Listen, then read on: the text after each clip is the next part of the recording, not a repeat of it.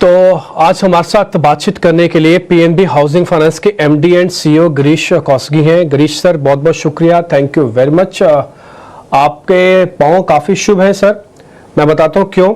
एक तो जैसे आप कैनरा बैंक से, कैनरा फाइनेंस से, होम फाइनेंस से आप पीएनबी हाउसिंग फाइनेंस पहुंचे, वहां से देखो क्या शानदार ग्रोथ दिखी, और आज आप हमारे साथ इंटरव्यू में आ रहे हैं तो गिरता हुआ मार्केट भी हरे निशान में आ गया। तो आप काफी लकी हैं सर, इन्वेस्टर्स के लिए भी और कंपनी के लिए भी। तो ये मैं आपसे पहले स्टार्टिंग में कहना चाहता था। अच्छा गिरीश सर, मैं बिजनेस से और नंबर से शुरू कर रहा हूँ। इस बार आपके नंबर काफी शानदार हैं बाय द वे, काफी मेहनत करता है लग गया आपने की है इस बार, और थोड़ा मेरे को लग रहा है फेस्टिवल का भी प्ले होगा। मेरे को जरा बताइए कि इस बार का एक्साइटमेंट क्या था आपका? आपके प्रॉफिटेबिलिटी में आपको अच्छा लगा, आपको सेल्स में अच्छा लगा आपने, या फिर जो आपने जीएनपीए स्लाइटली कम किया वो ज्यादा आपको ठीक लग रहा है इस बार के नंबर्स में? बहुत बहुत धन्यवाद मुझे स्टूडियो को बुलाने के लिए। क्वार्टर 3 बहुत ही अच्छा था, क्योंकि हमारा ग्रोथ गाइडेंस था रिटेल के ऊपर 17%, हम लोग 17.5% पहुंच चुके हैं। वो पहला एक्साइटमेंट था, क्योंकि हम लोग भी पहले सोचा मार्च तक 17% होगा, बट दिसंबर तक 17.5% हो गया। दूसरा चीज़, ये साल तीनों क्वार्टर में कुछ ना कुछ इश्यूज थे, क्वार्टर 1, क्वार्टर 2, क्वार्टर 3, और इंडस्ट्री भी थोड़ा स्लो ग्रोथ हो रहा है, क्योंकि क्वार्टर 1 में इलेक्शंस था, फिर क्वार्टर 3 में 3-4 स्टेटों में बहुत प्रॉब्लम था with respect to registration, climate, elections, all those things. So बहुत ही टफ क्वार्टर था first 9 months, but PNB housing quarter 1, quarter 2, quarter 3 बहुत अच्छा किया। दूसरा क्या है, हमारा निम, हमारा गाइडेंस था 3.5%। पिछले 4-5 क्वार्टर से हम लोग 3.6 अराउंड दैट नंबर मेंटेन कर रहे थे। बहुत ही मुश्किल था to maintain that, but quarter 3 में 3.68 से 3.7 पहुंच गया। ये दूसरी बात है। तीसरा, हमारा YoY डिसबर्समेंट ग्रोथ 31% है। ये साल मैंने बोला था बहुत मुश्किल था, in spite of that 31% growth था, वो भी अच्छा चीज़ है। जीएनपीए मार्च 2022 8.13 था, and last I think 3 quarters back तक बहुत कम हो गया था। सो जीएनपीए ठीक है, 6 बिप्स कम हो गया, वो इतनी बड़ा, I think it's not a big thing, इतना बड़ी बात नहीं है। बट हमारा PAT growth of 43%, disbursement growth of 31%, book growth of 17.5%, हमारा निम स्टेबल है, हमारा क्रेडिट कॉस्ट नेगेटिव है 19 बिप्स, पिछले क्वार्टर में नेगेटिव 24 बिप्स था। ये सब I think this are good things, so I think we are on track.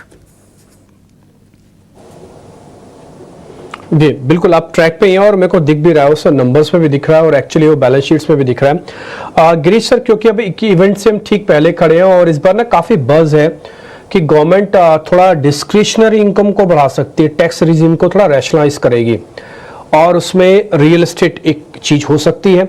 आप रियल एस्टेट के एंसिलरीज हैं, हाउसिंग फाइनेंस में हैं।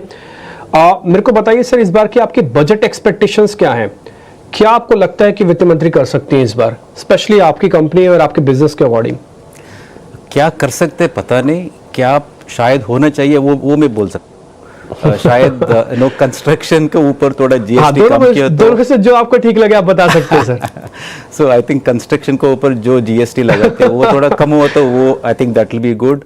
दूसरा, अभी क्या हुआ, PMAY scheme, inter subsidy scheme है ना, PMAY 2.0 इंटर सब्सिडी स्कीम, इसके कारण से डिमांड बहुत बढ़ गया। ये स्कीम चालू हुआ सितंबर 1। 4 महीने में, सितंबर टू दिसंबर 4 महीने में पीएनबी हाउसिंग लगभग 5,000 कस्टमर को डिसबर्स किया लोन्स, अमाउंट 675 करोड़। ये मैं क्यों बोल रहा हूँ, क्योंकि डिमांड इतना ज़बरदस्त है, specially in affordable and emerging. So budget में on the interest and principal repayment on home loan, उसका लिमिट थोड़ा बढ़ा दिया तो वो थोड़ा हेल्प होगा। तीसरा चीज़, आज का तारीख में lot of developers luxury, super luxury projects के ऊपर फोकस कर रहे हैं, अफोर्डेबल के ऊपर उतना फोकस नहीं है, क्योंकि अफोर्डेबल प्रोजेक्ट्स का वायबिलिटी नहीं बनता है। सो some kind of tax ops on developers focusing on affordable projects वो थोड़ा हेल्प होगा इंडस्ट्री के लिए। हमारा फॉर एग्जांपल अफोर्डेबल बिजनेस हम लोग लिटिल ओवर 2 years बैक चालू किया। पहला मंथ 2023 जैन में 5 करोड़ किया एंड मार्च 24 तक हमारा बुक था 1790। ये साल में फर्स्ट 3 क्वार्टर्स के अंदर 9 मंथ्स के अंदर हमारा अफोर्डेबल बुक डबल हो गया। अभी हमारा अफोर्डेबल बुक है 3838 करोड़। हमारा total retail book 70,750 crore approximately. So all this shops would further propel demand, industry को बहुत ही अच्छा होगा। नहीं सर, ये एग्जैक्टली आपने मेरे दिल की बात छुई है और मैं भी यही सोच रहा था। मैंने कई कल बिल्डर से बातचीत के इंटरव्यू किया तो उन सबका भी ये कहना है कि भाई अफोर्डेबिलिटी को मारो मत, अफोर्डेबिलिटी को किसी तरह से जिंदा रखो। ये सबका कंसेंसस व्यू होना चाहिए कि उसमें गवर्नमेंट अपना रोल प्ले करे, बिल्डर्स भी रोल प्ले करे कि खाली लग्जरी करके अफोर्डेबिलिटी को छोड़े नहीं, क्योंकि सबका बेस अफोर्डेबिलिटी ही है, खासकर इंडिया में। गिरीश सर, एक लास्ट क्वेश्चन आपसे और, मान लीजिए अगर थोड़ी बहुत भी निराशा अगर बजट से हाथ लगती है एनी हाउ किसी भी तरीके से, तो जो रियल एस्टेट डिमांड है टायर 2 सिटीज में, टायर 3 सिटीज तक भी पहुंच गई है, टायर 1 में तो खैर है ही, ये कहीं स्लो डाउन तो नहीं हो जाएगी? ये मैं आपका एक्सपीरियंस से पूछना चाहता हूं। एक्चुअली डिमांड स्लो डाउन नहीं हुआ, सो डिमांड रोबस्ट है। चारों segment, super prime, prime, emerging और अफोर्डेबल, पूरा चारों सेगमेंट में डिमांड ज़बरदस्त है। डेवलपर का लैंग्वेज में super luxury, mid size apartments, वो सब जगह ज़बरदस्त है।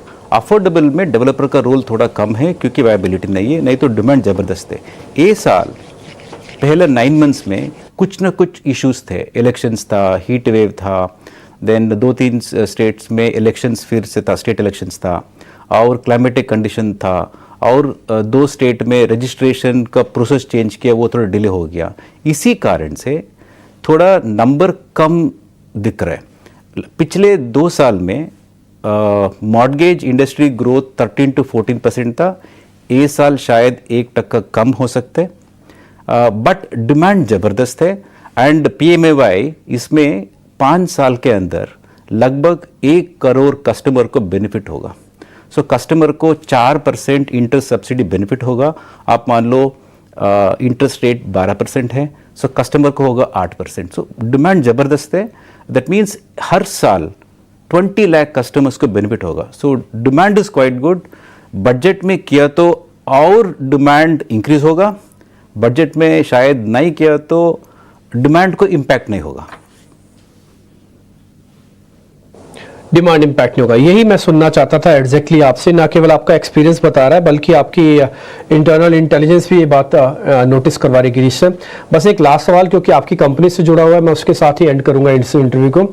सर, ये जो कॉर्पोरेट डिस्बर्समेंट आपने शुरू किया है, मैं चेक भी कर रहा था कि आपका वो रेशियो भी काफी कम है टोटल बैलेंस शीट्स में, क्योंकि मेन आपका रिटेल ही है। हाँ जी। तो आप इसको कैसे शूट करेंगे, कैसे बढ़ेगा सर ये बिजनेस?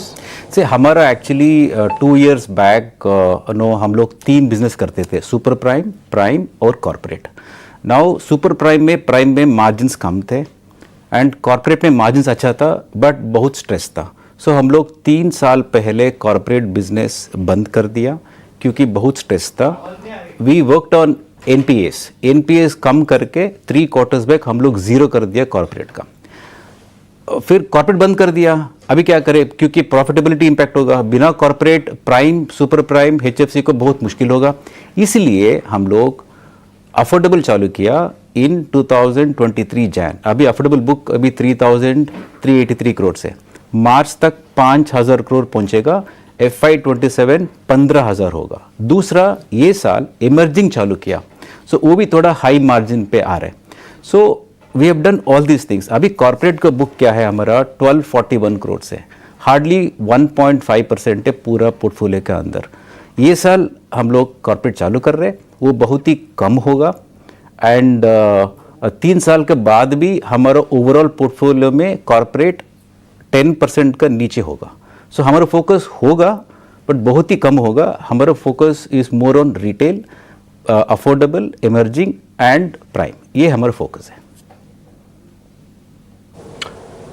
नहीं, वो तो खैर आप उसके मास्टर हैं सर, इसमें तो कोई दो राय नहीं है, और आपको पता है कि कब इन और आउट करना है, ये भी आपकी कैलकुलेशंस काफ़ी स्ट्रांग होती है। ये तो खैर मैंने आपकी कैनरा वाले एक्सपीरियंस में भी देखा, और अब पीएनबी हाउसिंग में तो खैर ज़बरदस्त था ही आपका।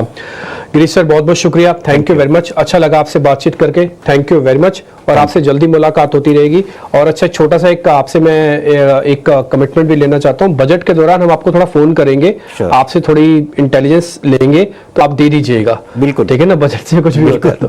Thank you very much Girish sir, बहुत बहुत धन्यवाद। Thank you very much, thank you very much, thank you very much, thank you. तो फिलहाल मार्केट्स भी अच्छे नोट पे है, 120 पॉइंट अभी बैंक निफ्टी ऊपर आ चुका है और करीब 80 पॉइंट निफ्टी ऊपर है। देखते हैं अभी और क्या होता है, सिर्फ एक रिलायंस लाल निशान में, थोड़ा ये भी तेज हो जाए तो ज्यादातर मार्केट्स के इंजन ठीक हो जाएंगे। फिलहाल इस कार्यक्रम से इतना ही, नमस्कार।